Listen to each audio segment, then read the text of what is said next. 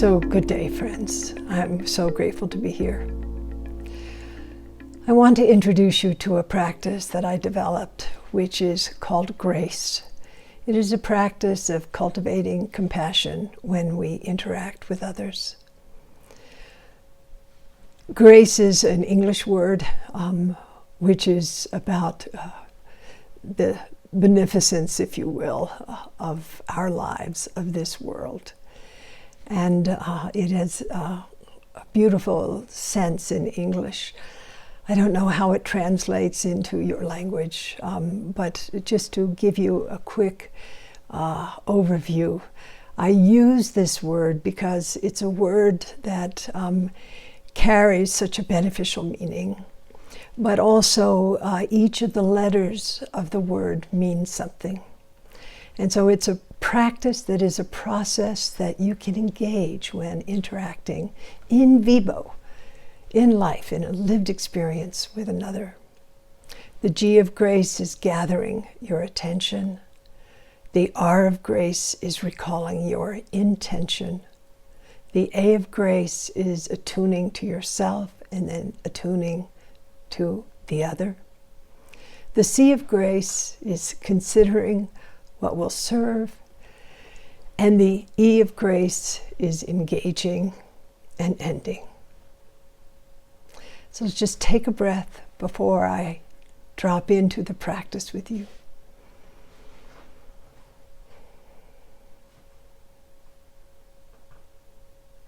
And thank you. For healthcare providers, for parents, for educators, for all of us,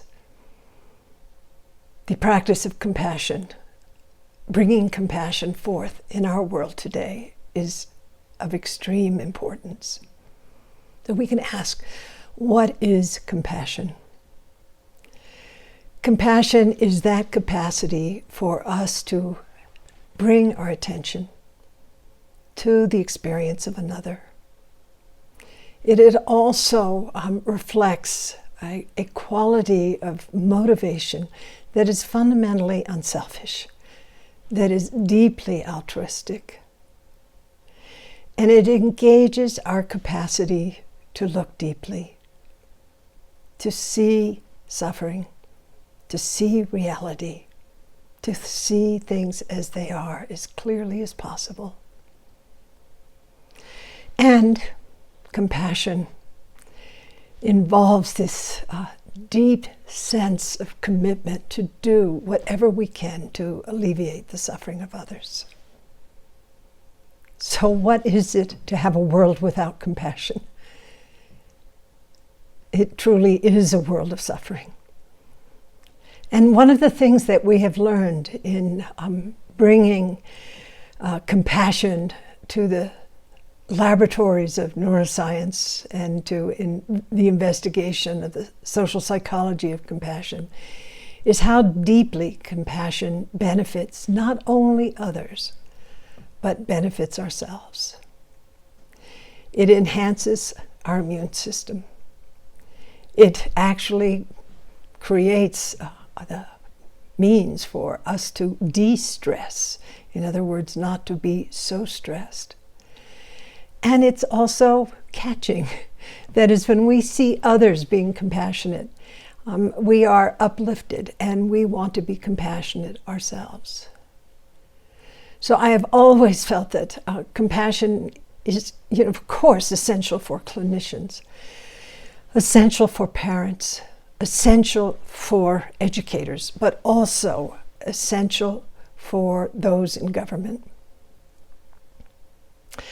So how do we cultivate compassion as we're interacting with each other?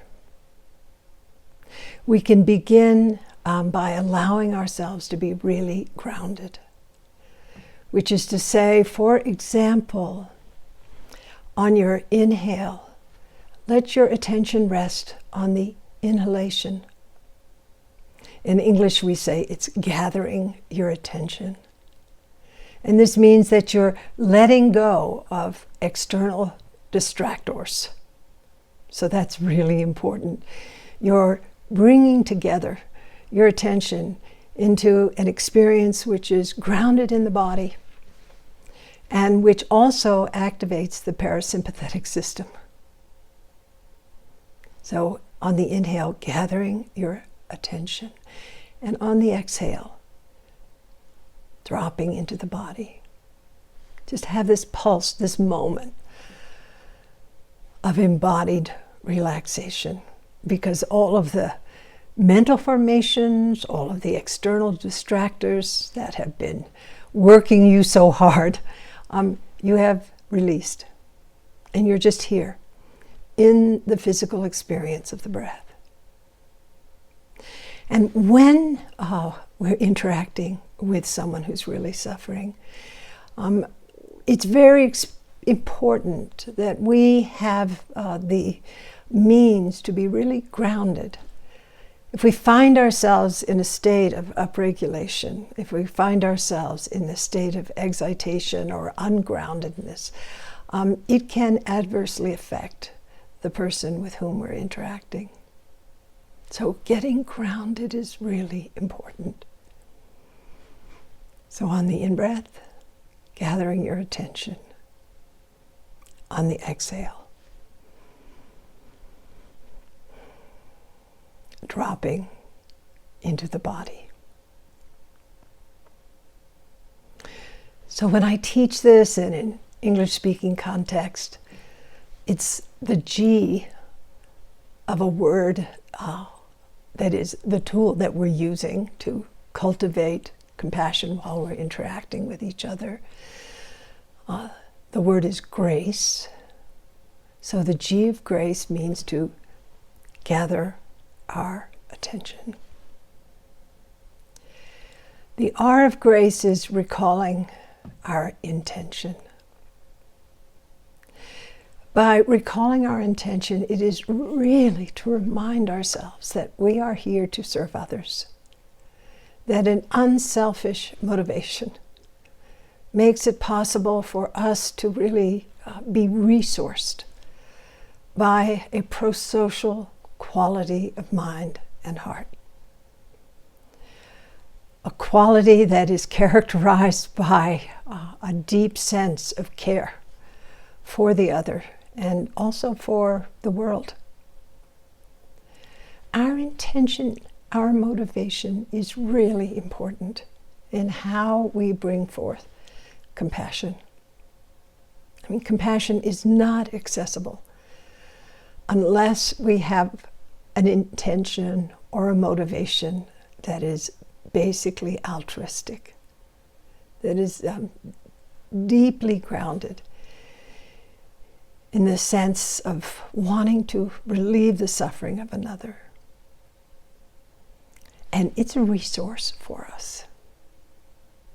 I think many people who went into medicine and nursing, chaplaincy, social work, psychology, were called into these vocations because they perceived deeply the suffering of others and they wanted to alleviate it. I would hope politicians feel the same. I would hope educators and parents feel the same.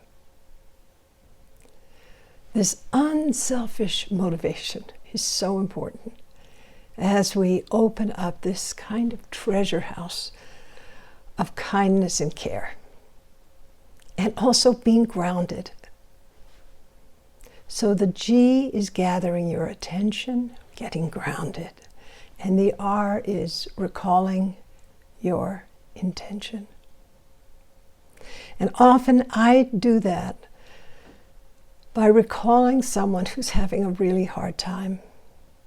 Or if I'm sitting with a dying person, for example, or writing someone who is a clinician, for example, who is working in an emergency room and is experiencing extreme distress. I bring that person into my awareness.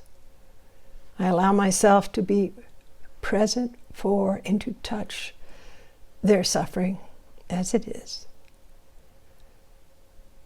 And I realize my work is to not turn away from the truth of suffering, but come alongside it and to bring the best that I can to alleviate this one's suffering. So the R of grace is recall your intention. So just take a moment and do that. Why are you here? Not just that you took the trolley or the train or the car, or you are connecting on Zoom. Really, why are you here?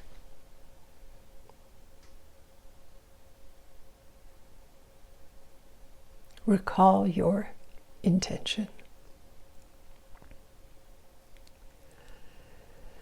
So the A of grace is attuning to first yourself and then attuning to another.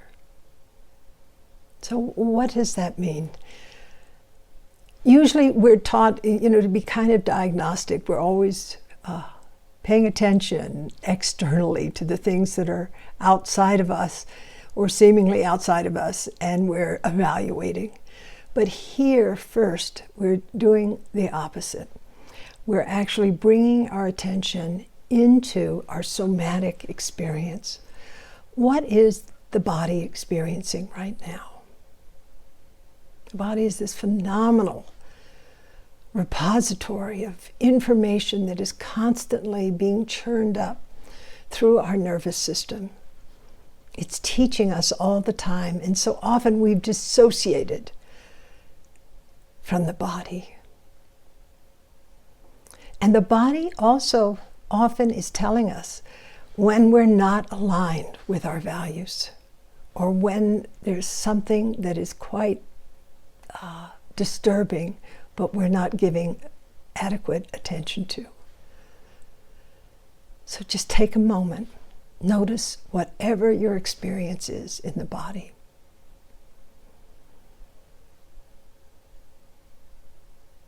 And attune also to feelings that are arising.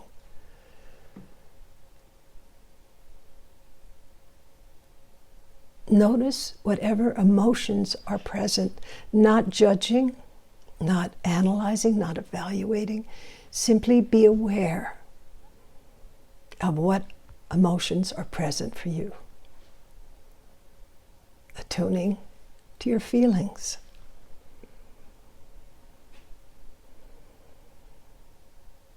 And what thoughts are passing through your mind?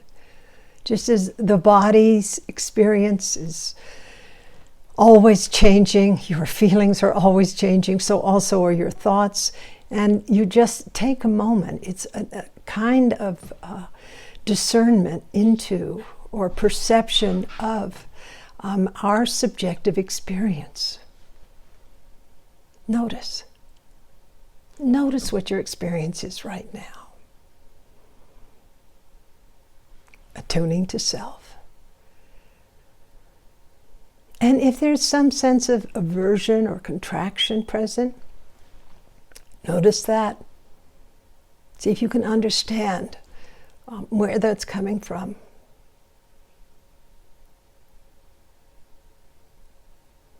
Or if there's fear present, a kind of contraction in the chest or a tightening in the chest area, notice that.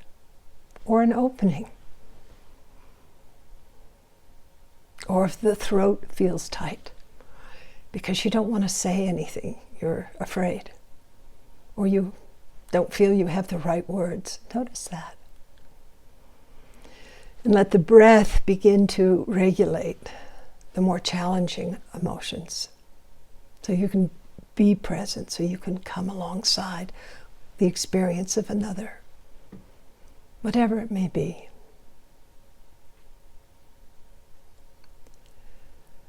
So attuning to the other, which is the second phase of the A of grace. The first is attuning to yourself. The second is attuning to the other, to the person whom you're with at this moment. Let there be a kind of resonance at the somatic level. whatever they may be experiencing physically, it's resonating with you, whether you know it or not, somatically. And also open to and be briefly inhabited in an unsticky way to the affective or the emotional experience of the person across from you.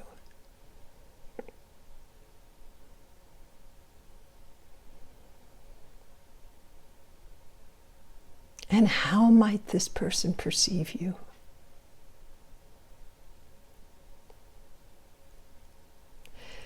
Or perceive their suffering, or perceive the physical surround where they are. I mean, we can't really know the experience of another.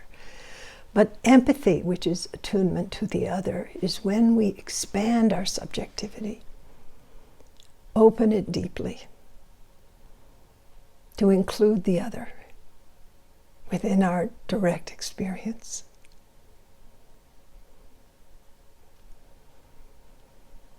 Just imagine doing that.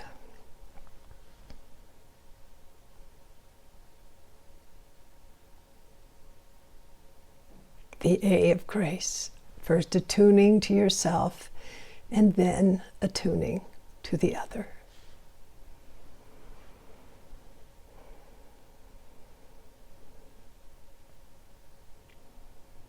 And then we go to the C of grace. The letter C, but often it feels like to me the ocean of grace, the sea of grace. And that is, being in a place that's really grounded there in the experience of coming alongside, being in self-attunement, really in touch with our own somatic, affective, and cognitive experience in the moment, and in an empathic relationship with another that is not characterized by overwhelm, but through this finely tuned sensing, empathy that is healthy and grounded, regulated. The sea of grace is consider what will really serve.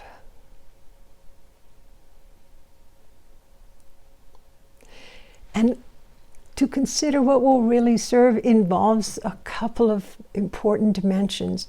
One is we bring our expertise, our past experience to bear. And from another point of view, we sit in a kind of open field. We try not to jump to conclusions or operate out of assumptions. So many clinicians have told me how their first thought was actually not the best thought, although in Zen we say first thought, best thought, but that in medicine we're trained to make quick observations and quick decisions. Here you're actually asked to take a pulse, to drop more deeply than what you have learned.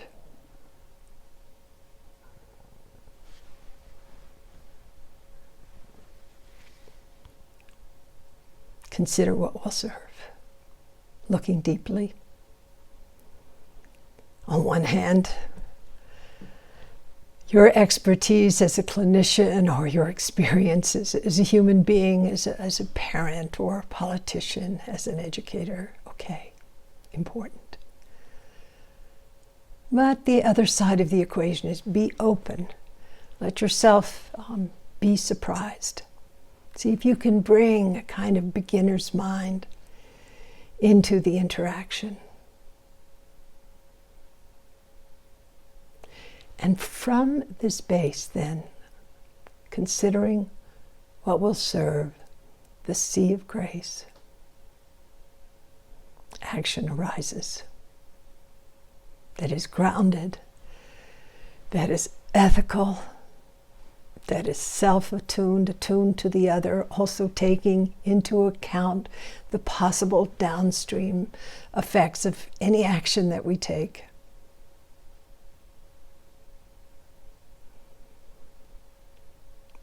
action arises, hopefully,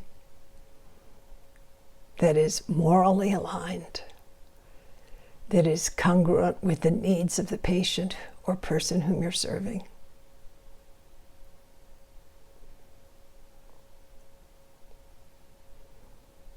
That feels deeply congruent.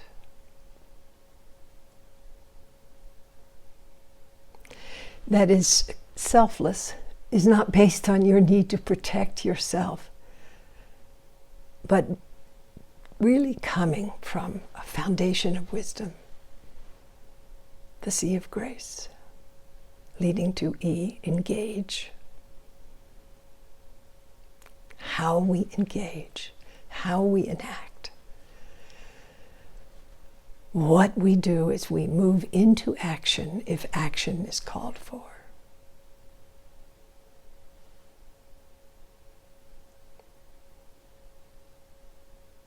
And then sometimes the action is a non-action. It's not time for us to do anything in the sense of conventional action, but the action is just being with the person. Or there is some direct action that will, in your estimation, serve.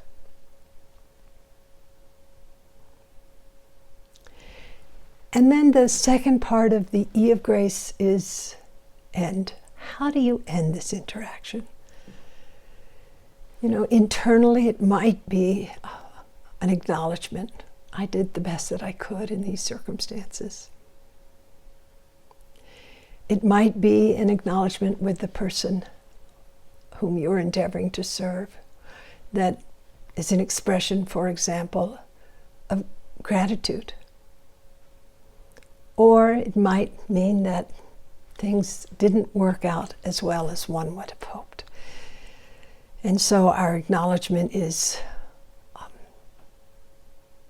asking for forgiveness. Or internally, things didn't work out so well, and we have to internally ask ourselves for forgiveness. A gesture of completion is really important.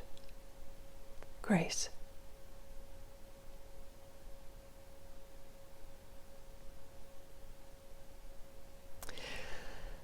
So I want to just return to the arc once again. The G of grace is to gather your attention. The R of grace is recalling your intention. The A of grace is to attune to yourself and then attune to the other. The C of grace is consider what will really serve. And the E of grace is to engage and then to end.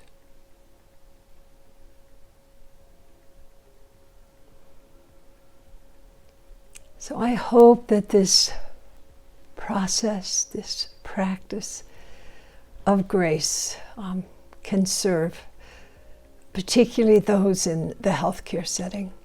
But as I said, a world without compassion is a world that is truly in danger. We're constantly distracted away from what is best for others and therefore best for ourselves. I hope that we can bring grace back into the center of our life, but also the center of our world. Thank you.